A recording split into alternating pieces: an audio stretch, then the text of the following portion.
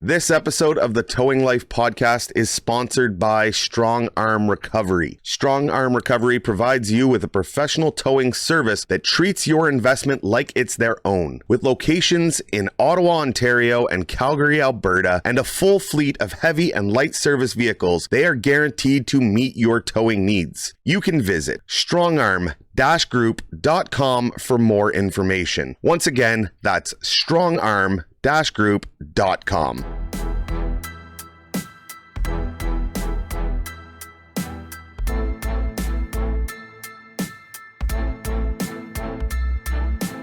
Hey everyone, I'm Brad from Calgary. This is Sean from Cambridge, Ontario. I'm Terry from Cornwall, Ontario. Hey, this is Larry from Pitt Meadows, British Columbia.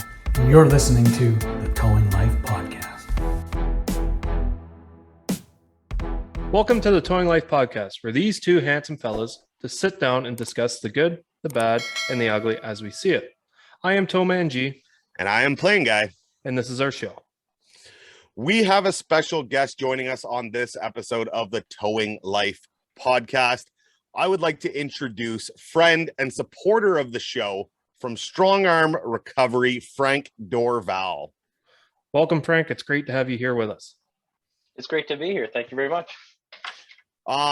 Frank, before we get into too much what we want to talk about today, I want to give you an opportunity. Tell us a bit about Strong Arm Recovery, what you got going on. You've got multiple locations. You guys will have seen it and heard it in the ads that play before, in the middle, and at the end of our episodes, but kind of just give us that inside look at. So Strong Arm Group is a bunch of companies that's in different locations. That's just trying to serve the customer. So that's what it's about. One tow call at a time. We got 28 trucks. We got 4 locations now, and we're doing really good. Absolutely. We got everything from light to heavy. Absolutely. And so you guys are in multiple locations in Ottawa. You're out in Calgary. And Pembroke. And Pembroke. And where, like, you got started. I remember when you first got started, the beautiful orange trucks that you still have today. You know, yes. You truly have been a grown business. It was not, taken over, family passed down. You have grown Strong Arm to where it is now, correct? Yeah, I brought a 20-ton NRC, brand new in 2012 when I started, and I sort of kept that business model going. Every used truck I've ever bought, I've regretted. Too many breakdowns, too many repairs, too many downtime. Mm-hmm. So yeah, one brand new truck, quality trucks attracts quality operators. Mm-hmm. So we can serve the customer better. You know what? That's not a bad point. G, I think you can attest to that. Having, new equipment, nice equipment. Yes, there's stuff that the old equipment can do, and an operator can work with any equipment he's given. But at the same time, having that newer stuff from an employee side of things is definitely advantageous, right? It's a nice perk. Your benchmark is up here to start with. You give a little bit more, give a fuck. And if your benchmark's down here. Yeah, I think that's pretty fair. So Frank, the one thing we wanted to talk to you about today, and this is going to be a very interesting topic for anyone watching or listening across the towing industry, whether you be in Ontario, where we are, Canada, all of the USA. This is a topic that goes industry wide, and that is pay structure when it comes to towing. The two general pay structures we see out there are hourly and commission. There's different levels and types of commission. You've got commission where fuel isn't paid, commission where fuel is paid. You've got owner operators, you've got brokers, you've got all that thing. But the general hourly versus commission payroll is what we want to discuss today. And that is why we brought on Frank today, because Frank is a huge advocate, if I'm not mistaken, for the hourly pay of tow operators. Yes, I am. It's easier to tell an employee to wash his truck, grease his truck, maintain his truck, fix that winch cable, or rewrap that winch cable on hourly. Commission, I've heard way too many, it's not my job. Well, that way of thinking will lead you a path right out the front door. Generally, hourly, they don't say that. And when a call takes an extra 10 minutes on hourly, take the 10 minutes, serve the client. The commission guy will just leave the call behind and say, give me the next one. That's fair, and I definitely get that one. Now, my biggest thing is that I worked hourly. It's been a long time, and I was green as green came whenever I did. But once I got going into it, I was fairly efficient. I worked for a group that let's be honest, we had a lot of dog fuckers. We had a ton of dog fuckers, right? And some of them were making, salary or pay was never something you were supposed to discuss, but let's be honest, we all discussed it. And you knew guys that were making either the same amount or more, and you were being more efficient and banging out more calls in a day. At the end of the day, I would take home less money and work harder. When commission came into play, by being efficient, by being good at my job, I was able to perform and make more money than somebody who, let's say, was a dog fucker. When the calls were there. What if you're on a slow day? You're getting pissed off by noon. You haven't done a tow call. You're kicking the dirt outside. You're not maintaining your truck. You're not rewrapping your cable. My last pay, I did really good. My last pay, the taxes from that last pay is what I made this pay. Yeah, because you'd be taxed in a separate. They base it on what they expect you to make annually and tax you accordingly, right? But it's a slap in the face being on commission and just having that flexible income. So I can understand where you're coming from, where the paid employee hourly rate is better and more stable that way. Yeah. No matter what he does, like you said, it's washing the truck. I was never one. That's the thing. If the calls were there, if the calls aren't there and I'm on an hourly, I'm getting paid to sweep floors. Yep. I believe with the skill and the experience that we've learned over the years, I'm not above sweeping a floor. Don't get me wrong. But at the same time, that's not what I'm here to do. I'm here to tow. I'm here to recover. I'm here to do that work. Now, if they're paid hourly, can they go home if the day's slow, or do you expect them to stay at the shop? Oh, I expect them to stay at the shop. You are paid hourly to stay at the shop and do the little things. Fix tow lights. You don't need a 310T to fix a tow light. No, and you know what? When 310T to wash to grease your truck. Yeah. Yeah. And I'll be the first one to say there's nothing more frustrating back when than, taking it, like I said, redoing that winch line, and a good paying call comes in and you're now missing it. I get that there is that downside to it. That does happen. It's not an ideal situation. Or I don't know how many times, Gene, you can attest this. You've done commission for a long time.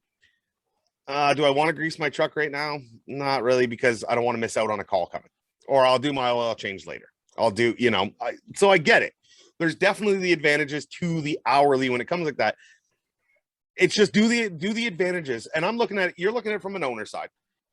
Right. And, you were an employee at one point as well.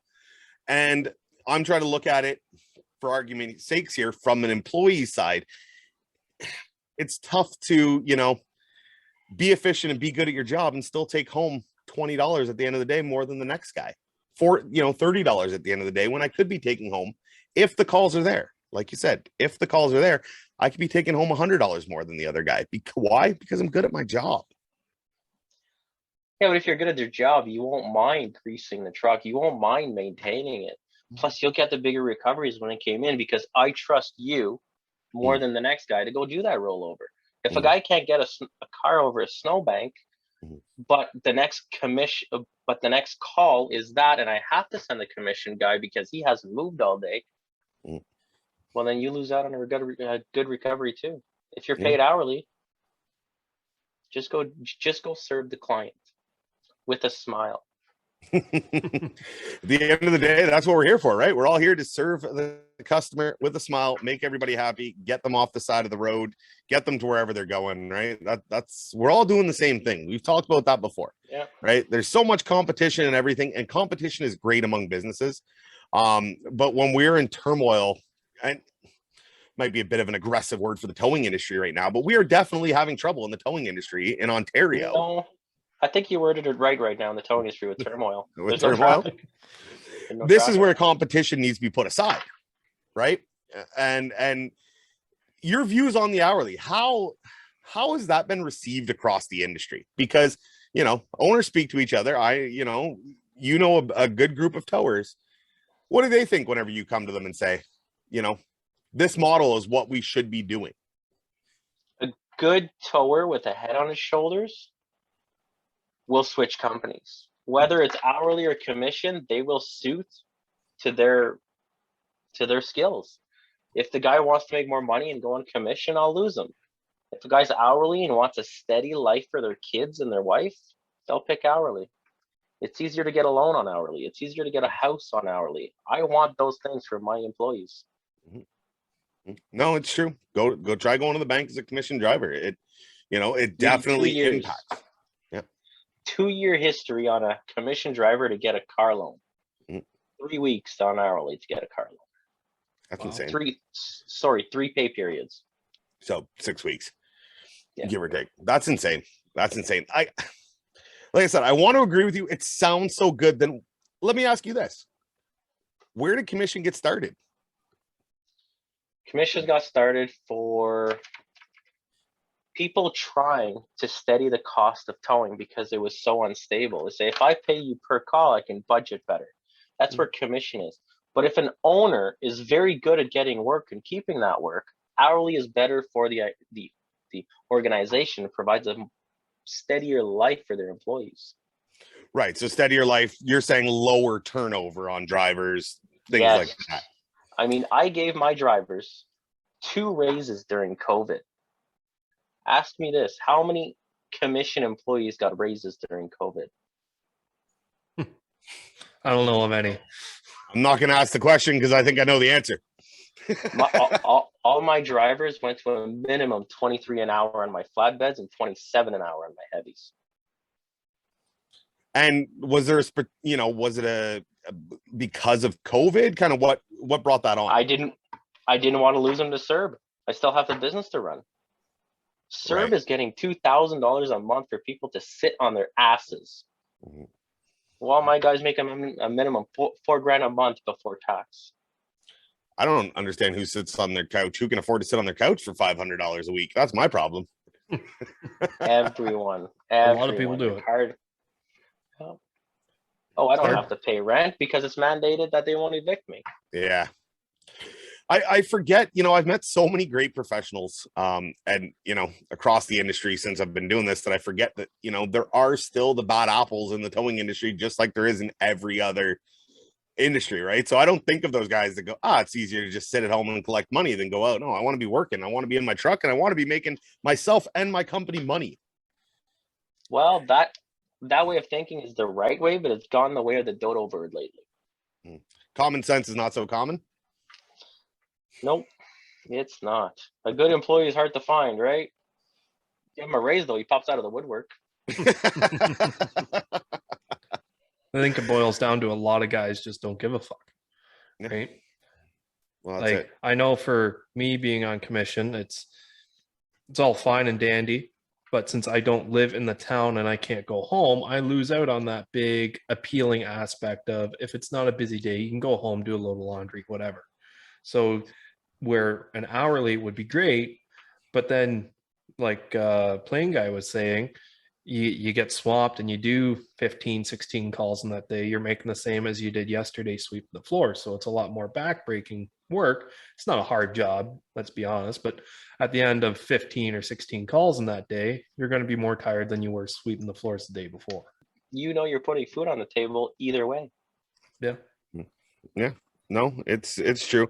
I've always found that hourly encourage drivers to find ways not to do a call. I find the opposite. All my guys in Calgary are hourly plus bonus. What do you mean by plus bonus? If they hit a certain volume of calls, if they hit a certain dollar amount that they invoice, what do you mean by So I have an hourly bonus going on in Calgary, anywhere from $2 to $5 an hour bonus. That's just if you don't give me any lift, you just go Okay. do the call. No damage claims. So there's accountability within the system. Now, it makes sense, and I'm sure the guys appreciate it. And obviously, by the sounds of it, you've brought on some solid employees. Right? Okay, I'm glad you brought up the damage claims, right? Because that is one thing I've always wondered. As a commission driver, there is a fine line between being efficient and causing damage. Meaning, it doesn't take long for something to go wrong. Having hourly drivers, I imagine it slows them down, gives them that extra time to think, and you don't have guys rushing and possibly fucking stuff up, right?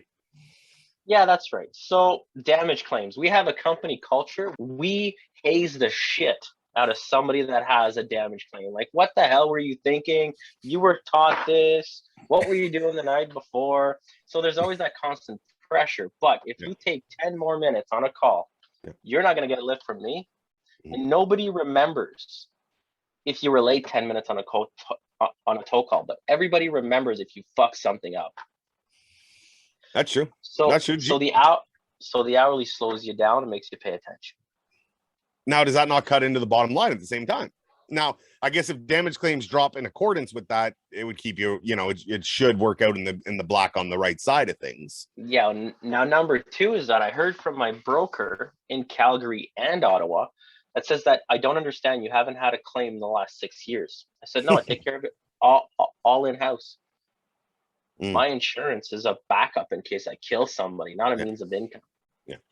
And I think that's important, right? It's, I know a lot of companies, and we never do name names here, but a lot of companies, and it's something I want to get into on another episode of, who pays the damage claim. We talked about it a bit last week, if I'm not mistaken, but, companies carry insurance for that reason. If things go super south, a lot of companies don't want to put a claim in and will instead pass that buck down onto their drivers, or try to. We know that there's laws to protect it, but let's be honest, it's a reality. It happens all the time. We take care of it, but we have a budget of a 2-3% annual gross income for damages. Last year I think it was 1%. Okay. Part of that shit. It's part of that shit happens file that we keep. It happens. Yeah. Right. We've said it. I've said it 100 times. If you are towing and you have not broken something, whether it be, you're either full of shit or you haven't been doing it long enough, because there always will be something that happens. A lot of times it can be avoided. Most times it can be avoided in hindsight. But, we talked about that yesterday or last week, G, about, our rookie mistakes that we made on things that we broke. A lot of it wasn't rushing. I don't want to say it's rushing because I was paid commission, but I wonder if I'd do things differently, if I'd slowed it down because I was getting paid hourly. Our last damage claim, we found a piece of rebar in the mud on a customer's property. Cost me a rim and a tire. Well, that's not the driver's fault. That's 100%. Shit happens. Now, guy backs a wheel lift into the front grill of a truck. Shit happens. Hasn't happened yet.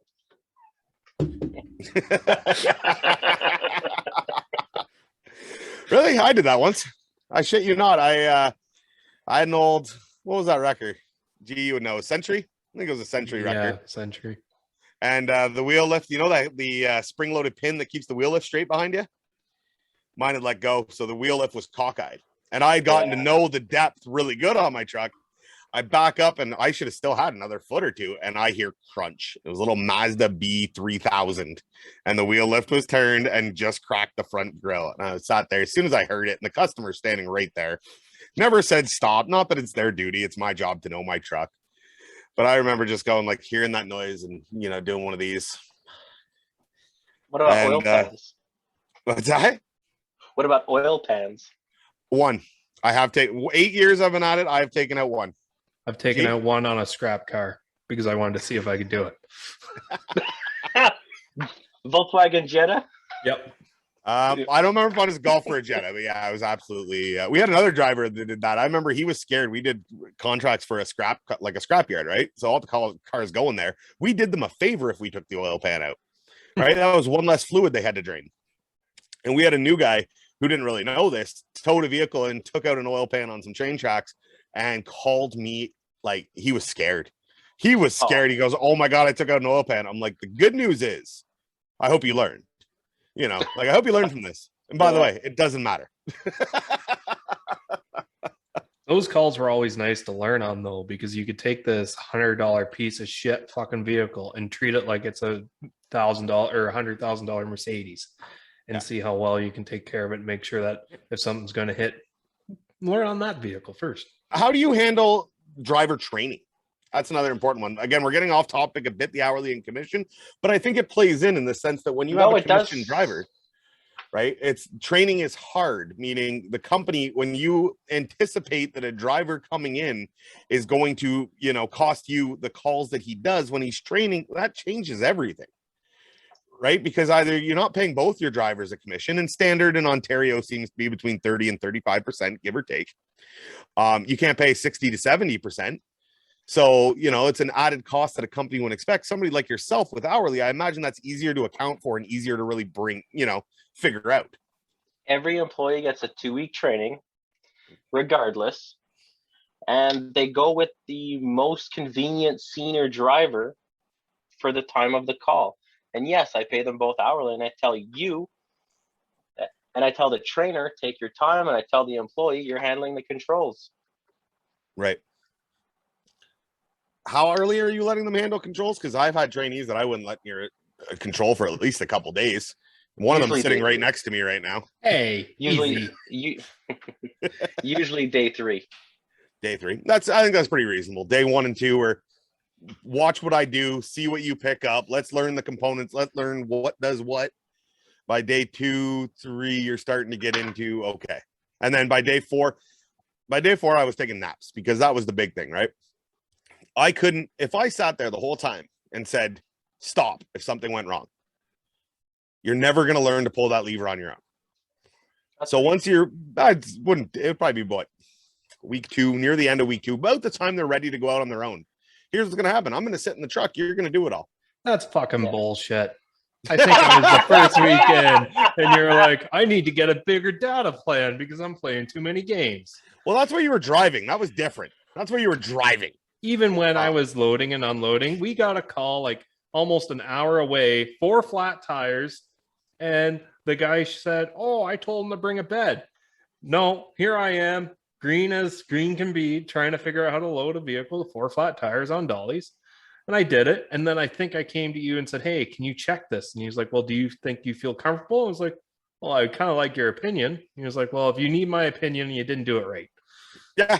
That's fair. I wanted him to be comfortable in his decisions. And were you comfortable? I am now. There we go. Another topic I'd like to discuss in a future episode. Yeah. Are wreckers obsolete? Oh. Flatbeds are so better. I hate flatbeds. Anyone that knows me knows that I hate flatbeds with an absolute fucking passion. But I think I agree with you.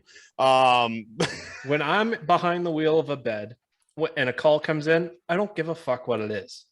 I get there, I've got one job to do and get that vehicle on there safely without damages.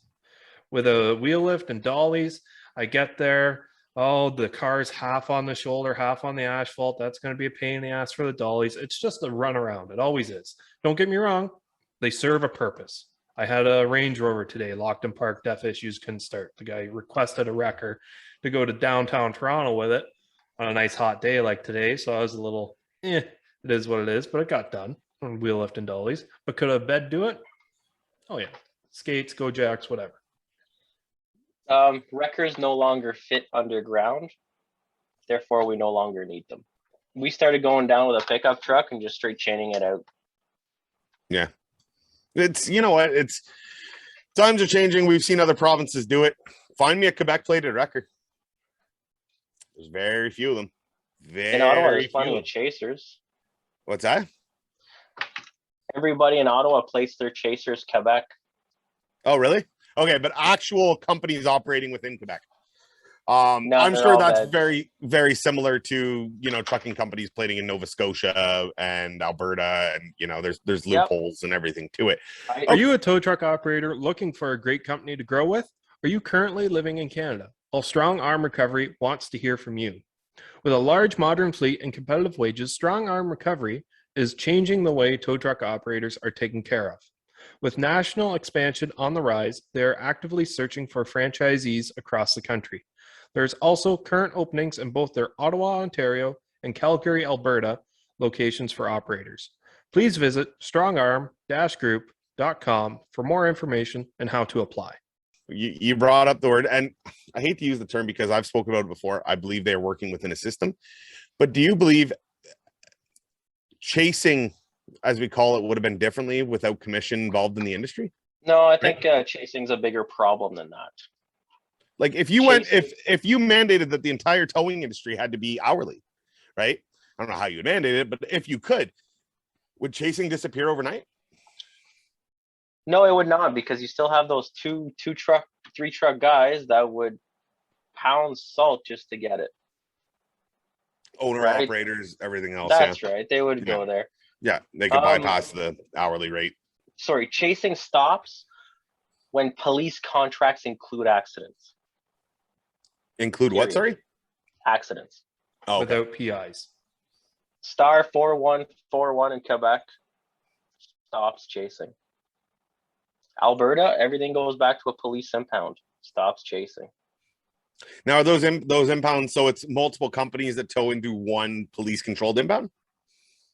No. If there's a car on the road getting into an accident, other than federally regulated highways, they go into the Calgary Police Impound.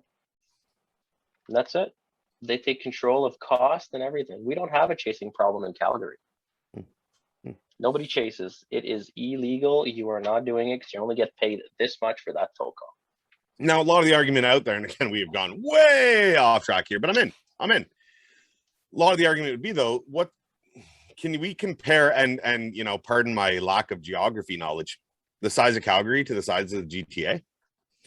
Meaning the argument will be made that it's because of the size of the town, the traffic that's on the road, it's the busiest highway in North America. That system that is run out in Calgary would not work in Ontario. Excuses. Give the police the authority to say no. They don't have the authority to say no right now. No, they don't. Closest wrecker wins. Why Does wouldn't? lowest bidder win when it comes to a government contract? No. Does a closest wrecker win when it comes to accidents? Yes. They don't win. They have a fight on their hands right now. Well, they have been winning, right? We've seen them winning for a long time. I do believe, like you, I do believe it is coming to an end, and I believe that it is important, not only for the integrity of the towing industry, but and the safety of everyone involved. Stop holding us up on a fucking pedestal. Like, I am one that'll sit there and say our job is difficult and our job is glorious and all that good stuff. I love the towing industry. I have a true passion, but stop putting it on a fucking pedestal. Meaning, how are we different than, and this comes back to our hourly versus commission. How are we different than the tire technician on the side of the road changing the tire, who's, I'm gonna bet, paid hourly? Yep. How are we Absolutely different from, mechanics? I've tried to find a list of places that still do commission. Main thing I can find is sales. We're not goddamn salesmen. If we are salesmen, we are terrible salesmen. Right? I don't think we make good sales beating the snot out of each other on the side of a highway trying to fight for a call. I tow a lot more cars back to shops that pay their mechanics and piecework. So if this water pump in the book, it says it's going to take you 2 hours, but everything's seized and it's going to take you 4, he's going to rush through that repair.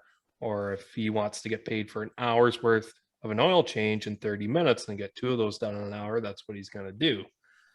But that's what you're referring to. There's few of what I could find. There's one major chain and most dealerships that are the only mechanics that are still paying piecework. Frank, you know any deeper on that? No, I don't get into business too much, but I know that piecework is going away because there's too many technical things. There's too many little bolts and little parts and training for people to pay piecework anymore. Well, mechanics are paid in the piecework sense, meaning that brake job is paid at book value of an hour. It's a type of piecework is what it is. It's a type of commission is what it is, meaning you get a brake job, it pays 2 hours. If that brake job takes you 3 hours, you get paid 2. With a guaranteed salary. We don't have that. A minimum, right? I didn't know that. I didn't know if they had the minimum. You know what? That's something I have to look into because I wasn't aware of the minimum side of that. So could that be a happy medium for the commission guys that are out there to go to commission with a base salary or a minimum salary? Do you think that would solve a lot of these problems? That's up to the employer. As an employer, I am not offering that money. Right. Same thing with my mechanic. Yep. He gets paid hourly. If I needed to jump in a truck, he goes into a truck. I need to go fix a tire on the side of the road for the driver. I get him to do that.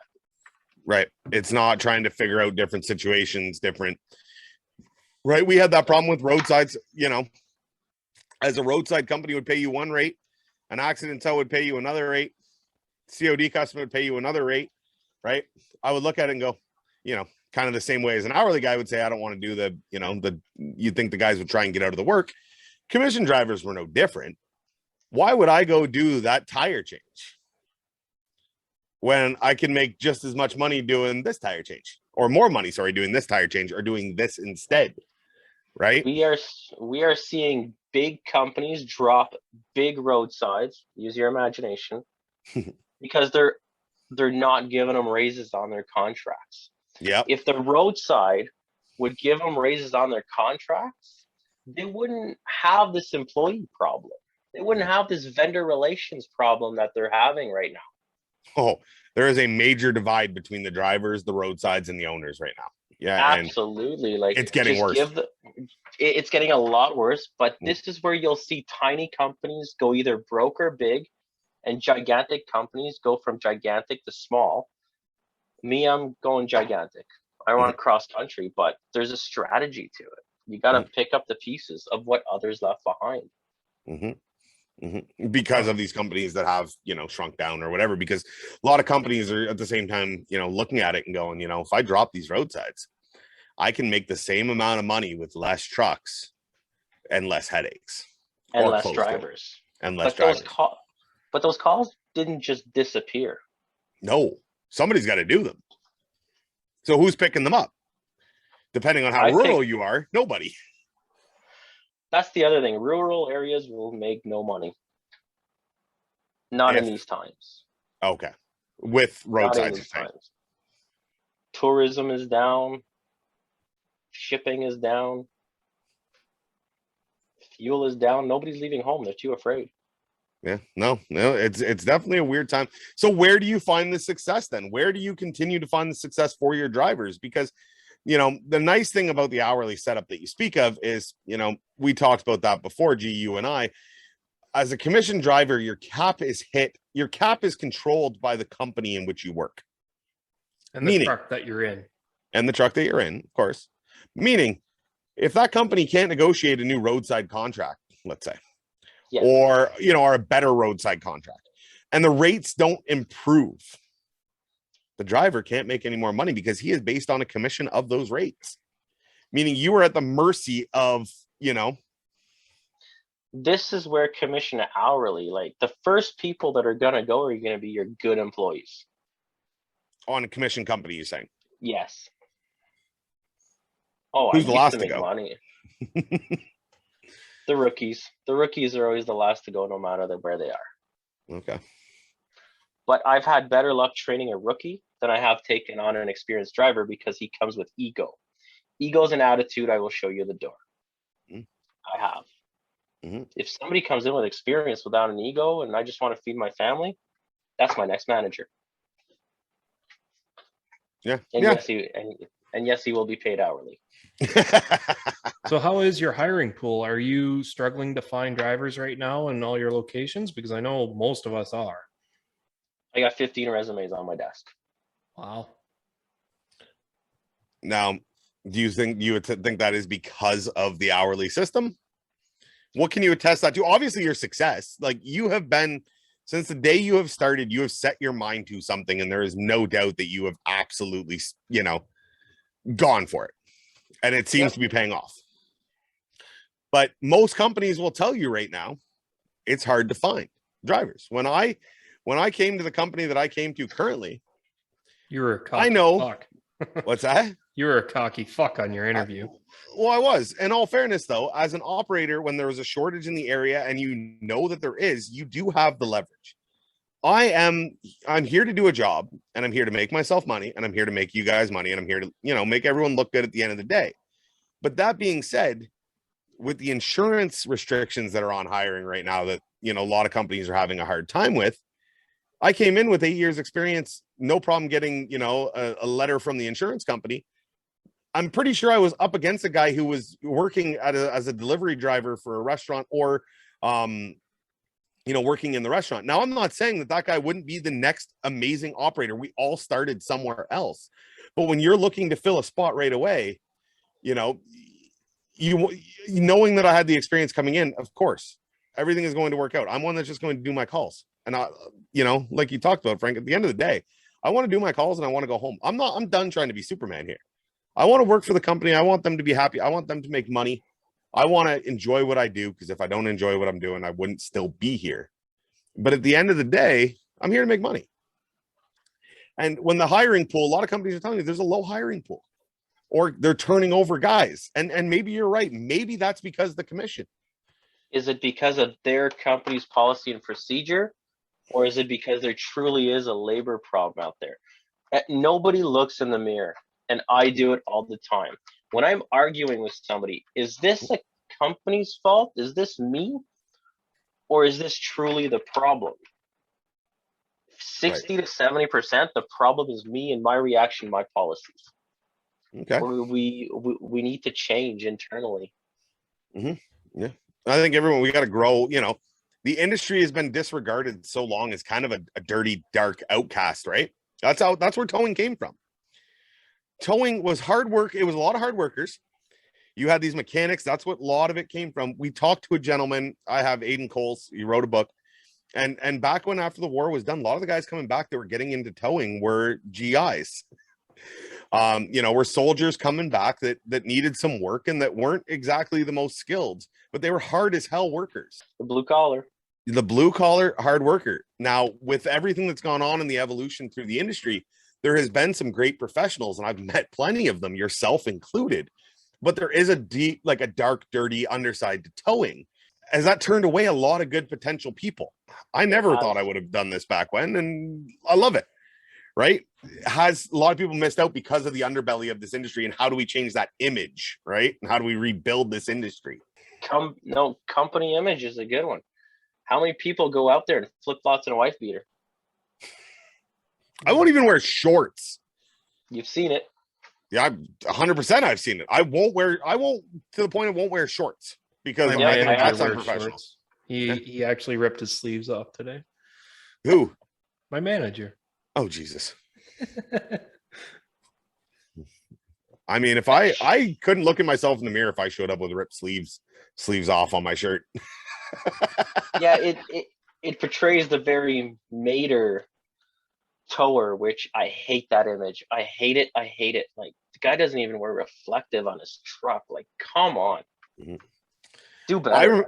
I remember feeling so unprofessional. So I'd gotten a run out of town. I was going to, a couple hours away. And I happened to be going away that weekend to that town. I called you, actually. We had a nice conversation on the road. And because I was going for personal, I still had the car on the back, but I went home and I changed. I showered. I grabbed my gear. I said, I'm not even going to see anyone. I'm dropping it off at a closed, parking lot. It's fine. As I'm leaving town, I got to fuel up. No problem. I pull up to the pumps and I'm sitting there and I'm not in sandals, but I'm in running shoes, shorts, and a t-shirt, right? Car's already been loaded. And doesn't the OPP pull up? And I just go, I've got golf clubs in the back of the truck. He has no idea about that. That's irrelevant. But it's the first thing that came up was company image. I'm a driver who looks like I'm on the clock right now. I technically am. And I'm sitting there in shorts and a t-shirt. How unprofessional does this look? How bad does this look for the company? I couldn't imagine cutting sleeves off or running around in a wife beater and sandals and, doing that kind of stuff. I don't know how they do it. Frank, how do you handle that with your drivers? Meaning, I guess the hourly thing is different too, because these guys aren't going home, right? Like, you don't run any 24 hours. So no driver would have a truck at his house then, if I'm not mistaken. No, they take the truck home. We have an on-call policy. 3 hours minimum if you come out. Right. Because that's the labor law. So you're on 3 hours minimum if you need to come out. Yes, the drivers take their trucks home. I monitor everything. Thanks to technology, they can't steal a liter of fuel without a red flag popping up. And I question them all the time. Some I don't, because their integrity is there and they've never stolen from me, but I still have my guard up most of the time. I have a GPS system that'll blow your mind. I can shut down the truck. I can shut down a truck right now from my cell phone. I don't believe you. I want to see it. We have something similar in our company too. I'm sorry for that driver, but I don't believe you, and I want to see it. I've never done it, but during the programming, Right. you said, "Do you want this feature on your GPS?" And it's called GeoTab, by the way. It's linked up to the physical OBD2 port, Okay. and I can say cut ignition. Well, non-tamper proof, everything else, and I imagine the data it feeds Well, back is just phenomenal. it's tamper proof, but if you unplug it, no, I can't shut down the truck anymore. But I know where you are. The battery has a 4-day lifespan. Right. Right. If you unplug the GPS and I call you and you don't answer for 10 minutes, I declare that truck stolen. And I tell the cops exactly where you are. Well, and that's We have- fair. Like I said, if you unplug the GPS, yeah. If I don't call you back within 10 minutes, it's one thing. But yeah, if the GPS has been shown tampered with and then they don't answer the phone, whether, you know, at that point, it's not only just you think they might have stolen the truck, you worry what kind of danger your driver could be in, right? Yeah, that's right. I had a driver that needed help. He had no cell signal one day. If you don't move for an hour when you should move in half an hour, yeah, I sent another driver to check up on you. Safety is a good thing. Our last WSIB claim was 8 years ago. Take care of yourself out there. You are the first line of defense towards you. You're in control of decisions you make. Yeah, walkers. One guy says, "I'm in front of the trucks. I'm not getting out on this highway." And he was on the middle barrier, fast lane barrier. I said, "Okay, Corey, no problem. Yeah. I'll send you an OPP right Yeah. now." And I sent him. You've brought on you've built up a lot of guys. Like most of your upper management and everything, you've built all right in house, right? Yes, I have. I'm a big believer of promoting in-house. Promote in-house. They know the policies. They know the driver. Every manager I have, I've promoted in-house. All of them started drivers at one point. Yes, absolutely. Actually, one of my manager on the VARS end of things, he trained me how to run a tow truck 20 years ago. That's crazy the way that comes back around and the people, you know, I look at I trained you. I don't know if it's still the verdict's out on if, you know, I can be proud of that or disappointed in that, but you know, I've trained I've him and learned now he's a training lot operators. since. And that's the problem is when people only learn from one person, they pick up on all their good habits and all their bad habits. Mhm. But you don't really learn until you expand your horizons and pick the best from a lot of different people. Okay, this is where recoveries Mhm. are beautiful for training. I have a recovery team, and every big recovery, I send a rookie for him to learn and get inspired. Give him a goal to look up to. That's why This we're is all in this, something- is because when you start pulling out that winch cable and you get that vehicle out of there, that's fun. That's what I do for fun on the weekends. I'm just here to get paid for it. Yeah. I had a guy hyperventilating on the side of his truck. He's like, "I can't do this. I can't do this." My manager just said, "Shake it the fuck off and pull the lever. I got you." And he pulled it and we got it done. Oh man, some of the recoveries you get on over the years, some of the scary moments. I've had a tractor trailer in, you know, if anyone listening knows the story from back when, Hess Creek, a tractor trailer upside down with the driver pinned in it.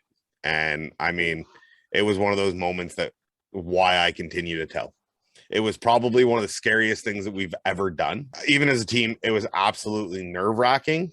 But I mean, the end result, the guy walking away the next day, seeing him, watching the rest of the recovery because we left it overnight, are the moments you keep doing it, right? Those scary moments, if you can get through them, oh God, they make it worth it.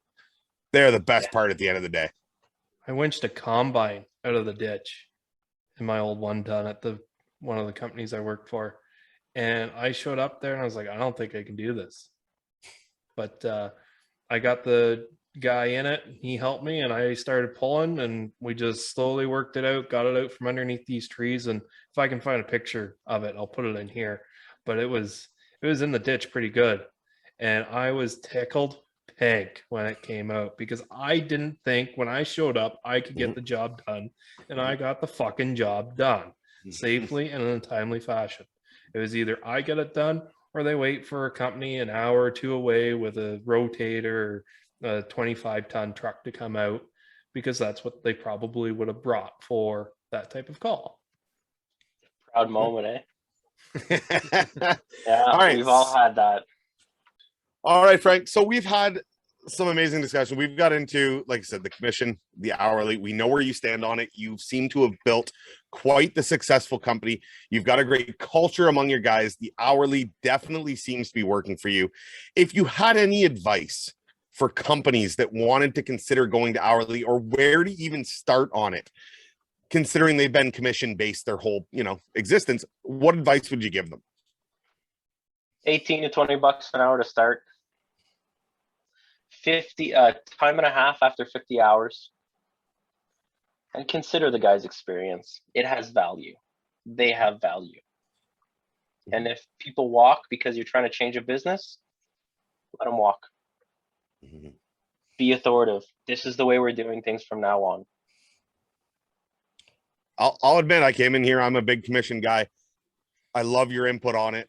I think you make some amazing points. It's really hard to argue with most of them because, at the end of the day, you're evaluating what the employee is worth. You're paying them accordingly. You're giving them, the resources they need and the availability to avoid mistakes and take their time and truly learn. How do you argue with that? Right? As an employee, how do you argue with that? I can see where it's gone so well for you. Now, I also have a piece of advice for the employee, which is invest in yourself. Invest in tools. If the tire change is going to take you 5 more minutes, if the tire change is going to take 5 more minutes with you buying that tool, go buy that tool. If you don't invest in yourself, why should we invest in you? I think that's reasonable. If you just come to the table expecting everything to be given to you and you're not willing to invest anything on your own, then absolutely, why would the employer respect you for it, right? Show your worth. And what I bring to the table is a $140,000 truck. What do you bring to the table?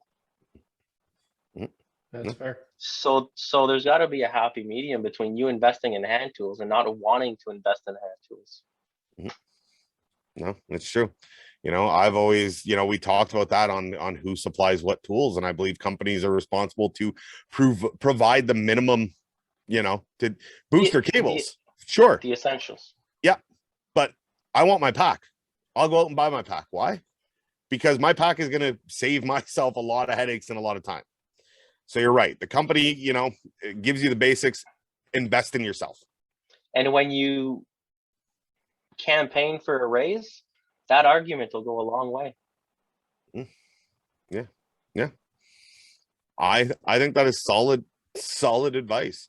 So for any of you guys looking, I know we talked about it earlier. You've seen in the ads, strongarm-group.com. You can apply. They are looking for, you guys, you have resumes on your desk. You guys are always expanding. You're always growing. If you're looking for opportunity, Frank seems to have it figured out. If he doesn't, he will eventually. We all have to learn. We all have to grow. We don't have all the answers, right, Frank? You'll admit you don't have the answers. I don't. It's a learning curve for sure. No, I'm always learning every day. And if there's a new method, please bring it to my attention. I will seriously consider it. It's part of growth is learning. Absolutely. Well, I'd like to take unless there's any questions you got for him, you haven't picked your jaw up off the floor since we started this conversation. I've seen you drooling over there. No, you never want to be the smartest guy in the room, and I'm definitely not the smartest guy in this room. So I'm just listening and taking in a lot because it's a learning experience for me. And just like the listeners out there, it's definitely always good to hear different opinions. And unlike some people, I have an impressionable mind. So the more things I could take in, the better I can weigh different things. And I hope our listeners and viewers do the same. Absolutely. You're just a little sponge. Yeah. Soak it all up. Well, Frank, thank you for joining us on the Towing Life podcast, man. I truly appreciate you coming out, taking the time, sitting down with us. I want to have you back. We got a lot to discuss. We've got a lot to debate because although we fairly, it's hard to argue with this on this point. I got a couple more that I'm pretty sure I can argue with you on. The Towing Life podcast wouldn't be possible without the help of our amazing sponsors. With heavy and light service vehicles in both Ottawa, Ontario and Calgary, Alberta, Strong Arm Recovery has all your needs covered. franchises available across Canada. So support those that support your favorite podcast and visit them at strongarm-group.com. All right. Sounds good. Give me a call anytime. I'd be more than happy to. Absolutely. Well, I want to thank you on behalf of myself. I am Plain Guy. I am Tomenji. He is Frank. I was waiting to see if he'd pick up on it, but he didn't. You want to do that again? I think No, we're it's going to leave staying it just in. like that. It's I think staying in. I think it's a great out. I think it's a great out. Yeah. All right. On behalf of myself, I'm Plain Guy, I am Tomenji. And I'm Frank. and this has been the Towing Life Podcast. We'll see you on the next one.